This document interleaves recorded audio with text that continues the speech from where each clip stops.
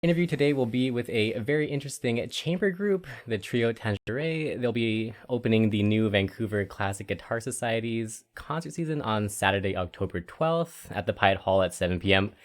There is also a live stream option if you can't make it in person. You can get the tickets early and find out more at vancouverguitar.org.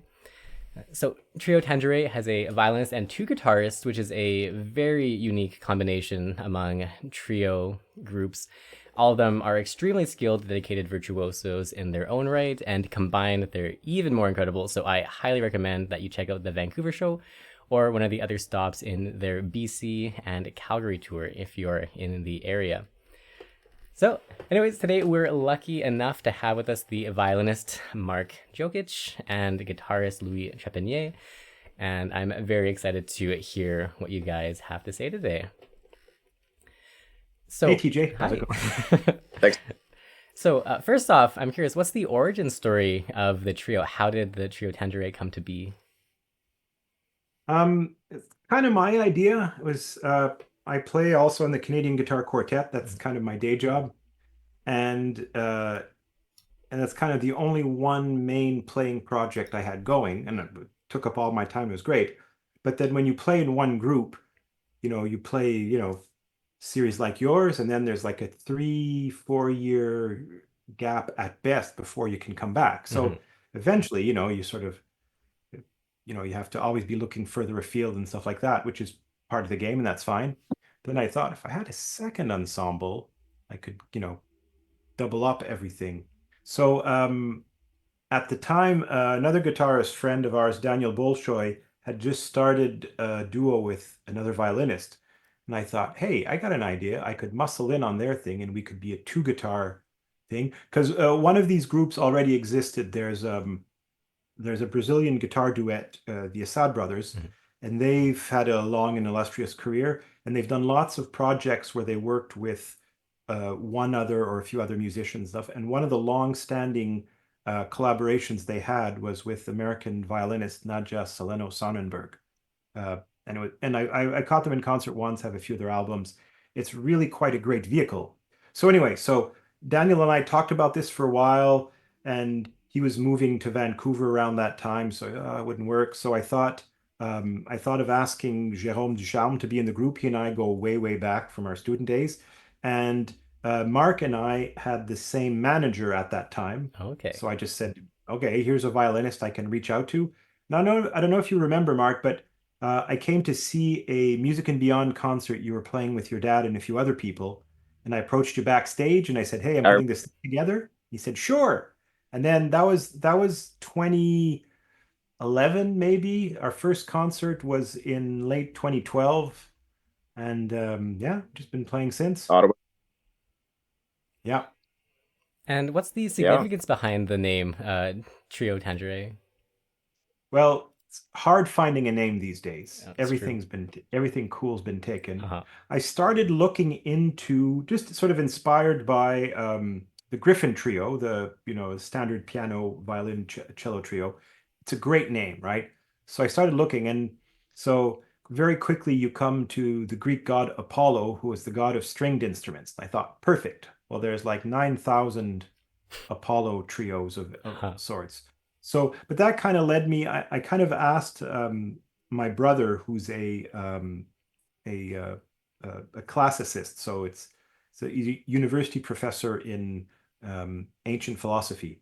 So, what's so I thought like something like the toccata trio, because to say these guys play, and what's Latin for play, and in a lot of Latin languages, it's the same verb as to touch. Like in Spanish, Mm-hmm. they don't say play the guitar, they say touch the Yeah.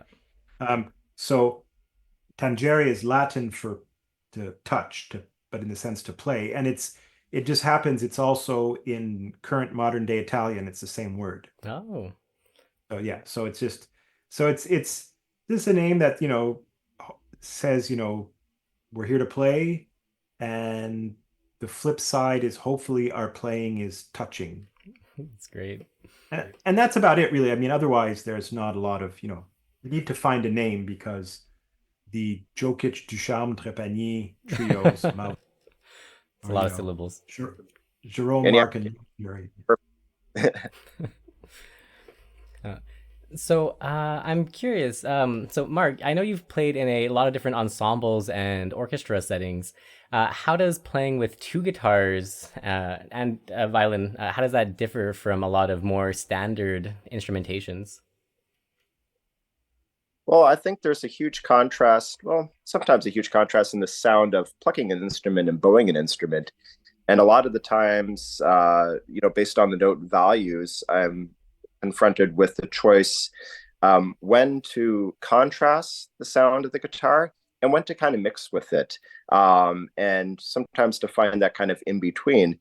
And I find that, yeah, this really challenges my playing style. I play very differently in the trio than I do in a lot of my other groups. And I think that this kind of opens up a whole different style of playing. I think you can hear it in some of our videos on YouTube.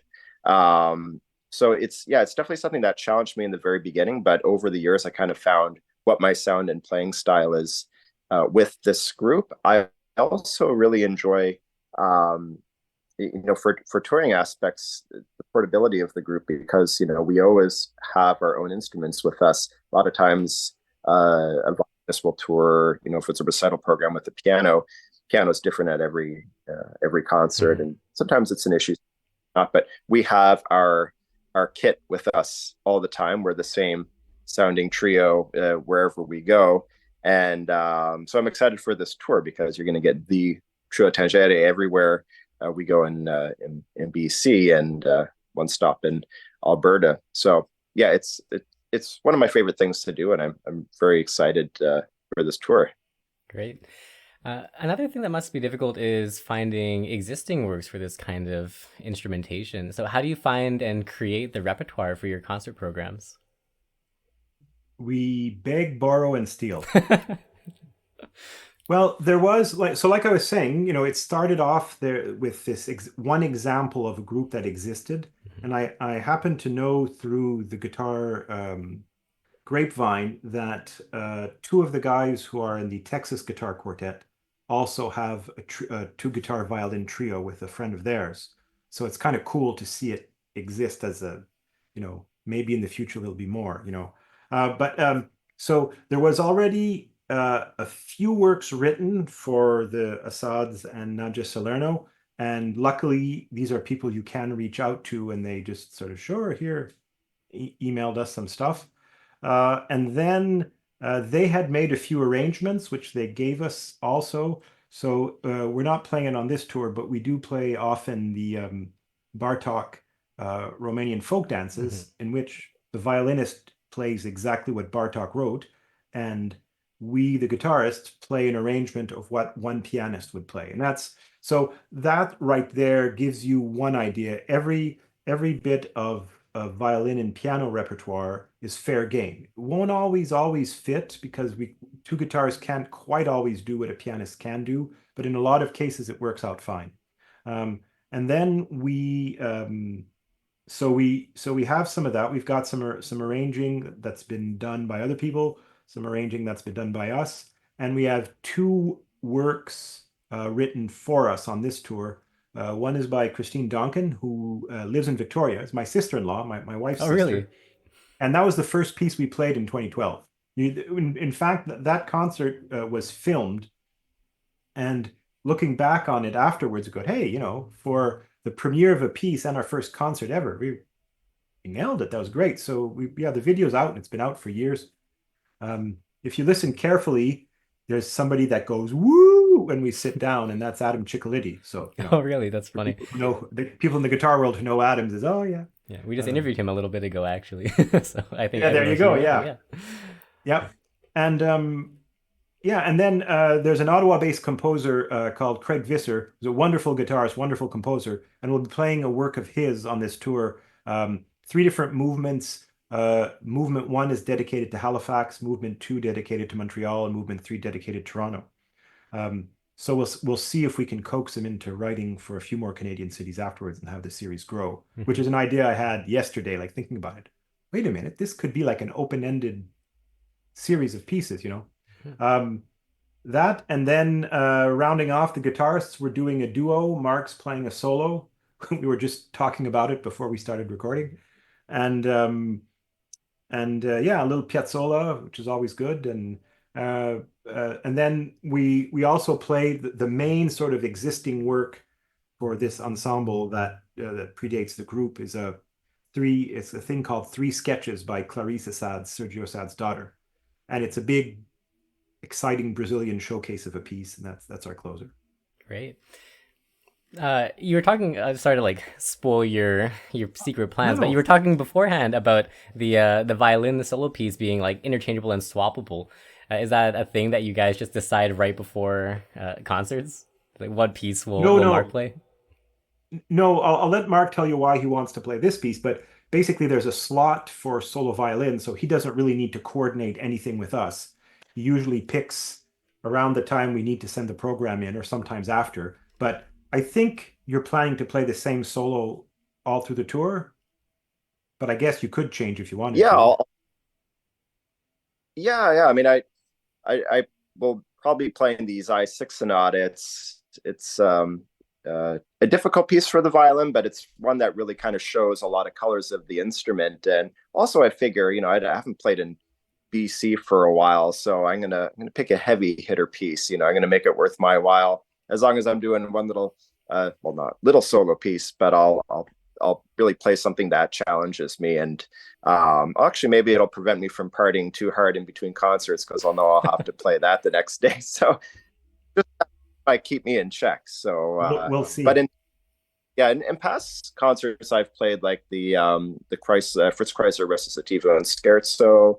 I'd consider doing some works off of my new album, but in the end, I always come back to this piece because it's a lot of fun to play, and it's got a lot of flair. Like a lot of our trio music, it has like a lot of flair to it. So I think it's a cohesive work. Mm-hmm.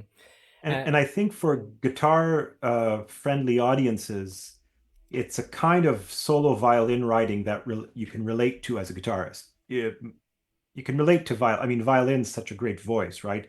But he's doing a lot of, multi-voice, like it's a full-on solo piece. So it guitarists will not only get it, but I think they'll go like, dang, because Jerome and I are pretty proud of our duet piece, and we like it. It's not meant to be flashy, but we're pretty happy. And then the second half, Marc comes out, one guy on stage with an instrument about this big, and he just kicks our butts. So it's really cool. Okay. I think guitar audiences will go like, whoa, man. Yeah, Yeah. yeah, And I'm Yeah, we, curious. we got fewer strings though, so. yeah. I've heard that you're really conscientious about which violins you choose for each piece. So when you tour, do you bring multiple violins, or you just like you pick one for the tour and you go with that? I pick one that I know is pretty resilient on the road, and one I can tour with. So if I were to cross the border, I'd bring a violin that has like legitimate paper, so I can really prove that it's I don't just no duty owed on it or anything like that. Because some of my violins have been in the family, some my own outright, and so yeah. But the one I'll play with has like a good balanced sound, and I think balance us in a good mid range because the guitars obviously they carry a lot of low end and high end, and I like to fit somewhere kind of in between. So I think the violin I'll be playing on, it's a 1920 violin by Annabelle Fagnola. It seems to mix in and really well with the guitars. So I've used it before in concerts, and it's just fantastic. Great. And how about the guitars? Are you going to be matching guitars with Jerome, or will you have like contrasting cedar spruce or double top traditional, or how do Well, you balance we that? don't we don't really plan it. I've got one guitar I play on, which is a Jean Rompré 2011 spruce top. It's a seven-string guitar. I've got two seven-string guitars because if one goes in the shop, I can't borrow somebody else's seven string. I'm kind of screwed that way. Hmm. So my other one's Greg Byers, the American maker. So I play that, and Jerome usually plays his René Williamy spruce top. And it's not so much planned to the guitars, it's just what we use, and we blend and contrast sort of through it just that way. It's not the kind of group where we sort of pick and choose those things as much. With three people, you know, we're pretty versatile and easygoing, so it's easy enough to alter ourselves a little bit in what we need to match and stuff. I mean, and Jerome and I, we've not, like I said, we've known each other for a long time, and Jerome's been playing in the quartet now for a couple of years, so we get a lot of time playing together. Mhm.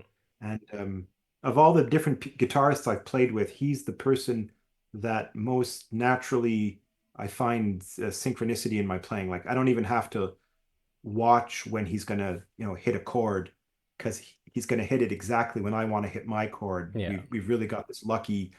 And then so I pay attention a bit to what he does, but it's not hard work. And for guitarists, the sound of the violin is so it's everywhere. So I don't even have to listen for Mark. I just and Mark's, you know, uh, the music the music is the leader, but usually Mark's part is has the most leadership things. Mhm. He's super easy to follow. So, you know, things, you know, blend and line up really easily, and then which allows just more time to have fun with the music and stuff. Mm. So going back to the compositions a little bit, I want to kind of get a bit of a deep Sure. dive into it. So in the process of making the three short stories, the Duncan pieces, did you guys put much creative input into that, or did you just ask her to create a piece for two guitars and a violin and let her work her magic for that? That option two. It came to us finished. I haven't changed a note in my parts. Mark, I don't think you've changed. But the thing is, Christine grew up. Um, both she and my wife Catherine were Suzuki kids, both on piano and violin. Hmm. So she's got a violinist's, you know, if she wanted to, she could practice regularly and be second violin in a pretty decent orchestra. You know, I don't think she wants to, but she could if she wanted to. She's got the violin chops just from having done it since she was a kid. So her violin writing, people will get, and as the guitar writing, she's written now for more guitarists. She's written a really lovely duo for Steve and Adam that they probably played the last time they were with you guys. Um, she's written a piece for Emma Rush that was on her album. Uh, uh, and I just told her, you know, I gave her some, well, this is how the guitar kind of works. And she had a guitar at home that used to belong to her mother. So she sort of tried a few things and then kind of just guesses at what an appropriate guitar part is like. And she's usually dead on. So in this case, we really didn't change a thing. Like there's no, over the years, maybe I'll find a fingering I like more for a certain passage and go, oh, I should have done that years ago or whatever. But no, it came fully formed, and it's a beautiful. Sometimes it's two guitars against the violin, and sometimes it's really three voices, and the fun of it that way. And yeah, it's and you know, we've been playing it for years on and off. I still like it as much. It's a really lovely set of pieces. And how about, I'm assuming the other piece by Craig was commissioned by you guys as well? Yep. Yeah, Yeah, so, we asked him a few years ago, and this will be what? Like when we start playing it on the tour, it'll how many times we played it now, Mark? Twice, maybe only, maybe three times most at the most. Something like that. I think yeah, Yeah. So and yeah. it's still And one of the things. go ahead. Oh, sorry, there's a little bit of a lag. One of the things I was just going to step in for 2 seconds. One of the things I thought of when I thought of Craig's piece is that a lot of our music has an interesting title, even per movement, which is quite refreshing. It's not just movement 1, 2, and 3. There's an expressive title for a lot of our works, and that's one of the things I liked again about Craig's contribution to it is that there's some cool names for the movements, and it gives the audience a little bit of imagery before the music begins. It's one of my favorite things about our program. It's do true. the pieces have any significance to you as a group? Is there anything significant about the names of these cities and their titles?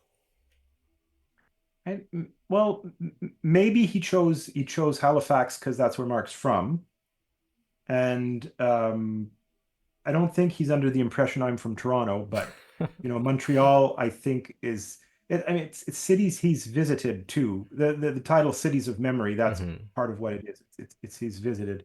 Um, but I think, um, yeah, I don't know. I'd have to double check with him. I know, like the opening to the Halifax tune is violin solo, and it's meant to recall the sound of the Halifax harbor under fog, with the foghorns in the Hmm. distance and stuff. And my mother came to one of our concerts, and my mother grew up in Nova Scotia, and she was a nurse in Halifax. And she said, like, it was eerily perfectly rendered, which is both a tribute to Marc and a tribute to Craig. That she says it's exactly, you'd be in your room and you couldn't see a thing, but you could just hear the harbor, and Wow. you knew exactly what it was like. And it's really Craig's really smart. He doesn't write complicated stuff by that, and I mean complicated in sort of a negative term, where he's not trying too hard. He writes very efficiently and effectively, but in the end, it's really great music and it works. This works well. So I don't think the writing's all that complex in that opening thing. It's a lot of long notes and tones kind of sliding against each other, but he's got it just right. He got to pick the right tones to slide the right way and stuff. And I think he really did. It's really lovely. So, for some of the pieces that you've adapted for your own trio that have already existed and then you've rearranged, what is the process like for that? For example, you have the Spanish pieces in the program, which Right. don't normally have a violin in them, but have Yeah. one now.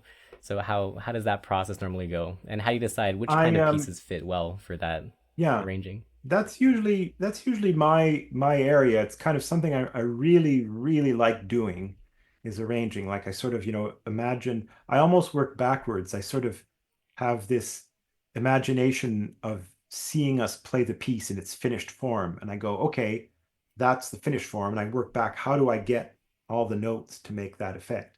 So really what happened is we were playing a concert series in Orillia in Ontario, and they were telling us, like, "Oh, you look at your rep, like, our audience, this modern stuff." And nothing that we play is modern in an off-putting way. you know Craig wrote his piece just a few years ago. It's very contemporary that way, in a temporal sense, but it's very easily accessible. um, and they were just saying, so, and usually when concert presenters start asking us for rep, it worries me, because we've got our rep, and it's not like we can just, like a string quartet can just say, okay, we'll bring in a Mozart. We've Hmm. played 17 of them over the years. We can just pull one. We don't. So anyway, so the discussion, and then he basically said, how about something Spanish? And that's kind of what he was going for all along. And I almost had a Monty Python moment. Well, why didn't you say so? Right? So of course we should, it's anything with guitars, some sooner or later you got to do a little Spanishy thing. So we just thought about it, and I picked three, you know, evergreen classics of the Spanish repertoire that, you know, especially in the guitar world, in chambers things or solo, you do sooner or later. So, you've got one of Granados's most famous solo pieces, certainly one of Albéniz's great hits, and then the Manuel de Falla Spanish Dance Number 5, also known as La Vida Breve. And really, I just sat down and, like, figured out. Oop, there we go. We lost Marc, but he's back. Uh, I just sat down and figured out what would be fun. So the in the first half of the Enrique Granados, the violin isn't playing the melody. He's with me playing all the boopa boopa boopa Hmm. stuff, and Jerome's playing the main melody. We have a nice middle part, and when we come back to the A section again, we flip the jobs around, and Marc has the melody there, and little things like that, so to orchestrate it, but with two guitars. Because I mean, I know people who are familiar with guitar. You can take quite dense music and make an arrangement on guitar that does keep a lot of it going. And on two guitars, you can really orchestrate, or at least suggest, a lot of deep orchestration. And for me as an arranger and a player, one of the really cool things, because we live in our guitar world, playing with one instrument that has real sustain, oh man, it just adds such a flavor to the ensemble's message. So yeah, so basically I take these things and I fiddle around and just come up with part, like, find ways that each person has a part that makes sense, yet when they all blend together, they're true. And experience says, you could do it this way and we'd have to work on it for a week, or I could take these two notes off, nobody would notice, and we'd nail it at the first rehearsal. Mhm. Well, things like that. And yeah, and those were a lucky thing that the presenter asked, because I don't think we would have done them otherwise necessarily, out of, I don't know, let's call it laziness, or just not needing to add work that. But we're really glad they did, because they come on, and it's really great to have, when Marc is playing lines that Albéniz wrote to be on the piano, but to imitate Spanish singing, and you have a violin playing them. It's really good.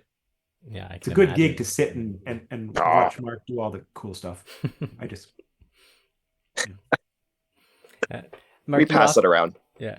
Do you often Yeah, play we do. similar style things in your other ensembles, or is this kind of Spanish rep more unique to this particular setting? Well, I would say with this trio, let me know if I get cut out. My reception's not too bad. With this trio, I probably discovered more music, either new repertoire or standard works that can be, written for this particular trio. But yeah, I mean, definitely going back to like some of our Spanish pieces. I've played those. Our Defia piece, I've played that on violin. The Granados, I'm familiar with. So it's definitely more exciting, I think, in this format with the trio, because stereotypically, guitar just sounds very Spanish. I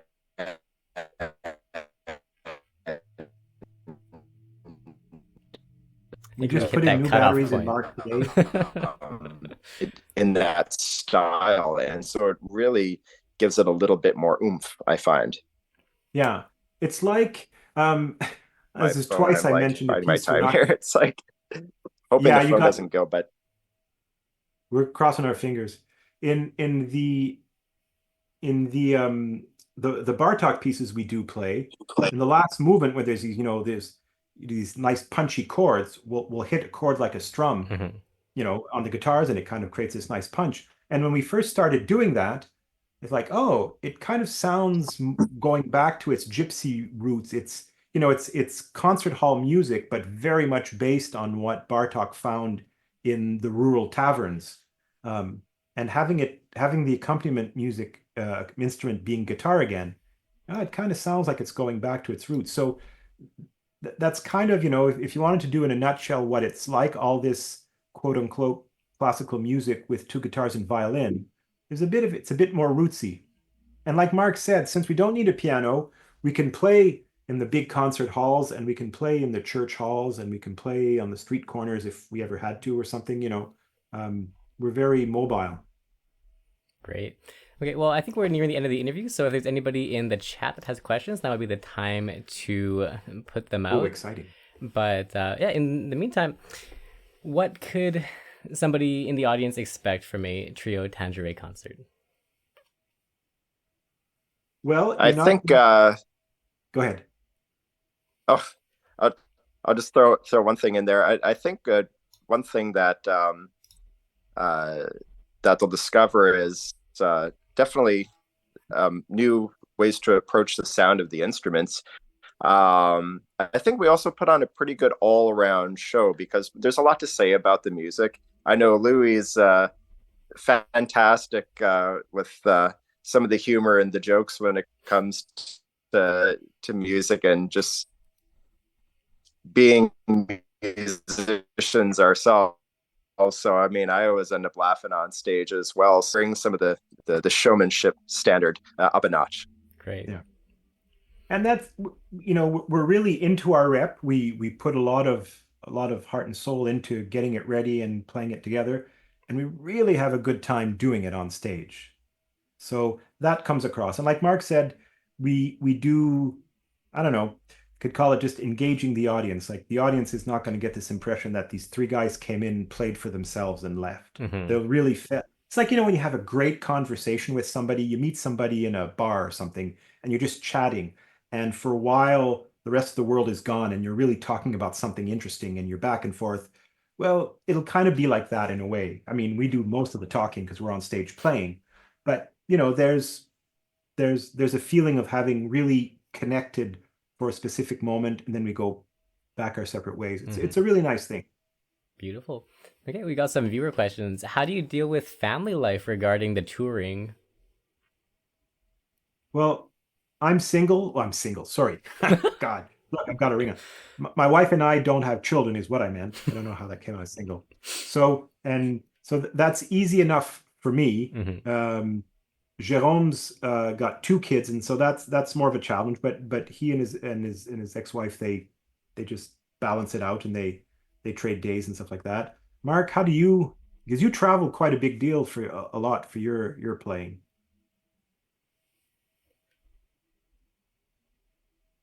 Yeah, my girl just started like kindergarten, so she's having to go to school every morning. We have it pretty worked out. We have like some family close by in Ottawa, so we have a good family network that helps out. Taking care of stuff at home. So I mean, it always for an extended period. I mean, it's always tough. It's something happens with the house or something needs to be fixed. It's happened before where I'm not there and I don't feel like I can contribute. But yeah, I mean, it is tough, but it's not like I'm going on month long. I'm not gone year round. So when this opportunity does come, I mean, everyone gets pretty excited about it. The whole family, including myself. So I never feel like it's that overbearing. Great. And I don't know that it's cut out for everybody, but I love if it extended too long, I would get tired of it. But I love being on tour because every day, everything's about the gig and life around it, and your set of priorities narrows to playing well, and everything else is you'll take care of it later and stuff like that. It's kind of a nice way to live temporarily. It's kind of like being on holidays in like, and many times I like visiting places as a performing musician more than I would like to do so as a tourist.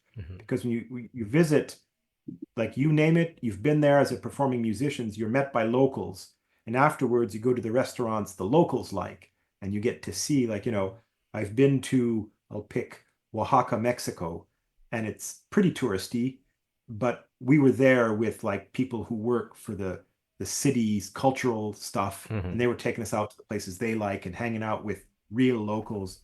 So I got closer sense for an outsider of what Oaxaca is really like.